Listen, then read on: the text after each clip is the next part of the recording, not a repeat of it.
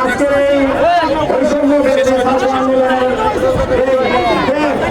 শত শত হাজার হাজার ছাত্র নিহত হয়েছেন, তাদের স্মরণে আমরা সবাই তাদের জন্য দোয়া করবো, তাদেরকে শহীদের মর্যাদা দান করেন।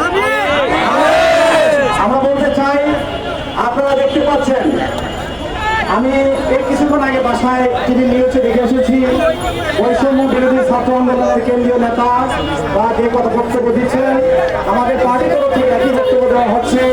একটি কুচক্রী মহল আমাদের মধ্যে ঢুকে শৃঙ্খলা সৃষ্টি করার কাজ তারা করছে। আমরা অবিলম্বে আপনারা সতর্ক থাকবেন।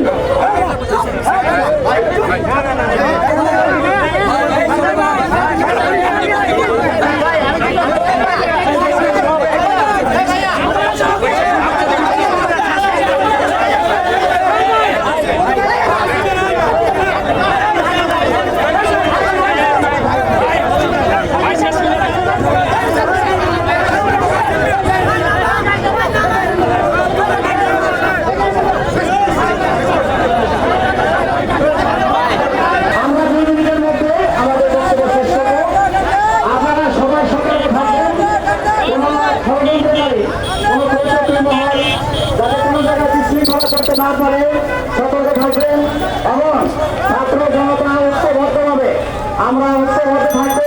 আমাদের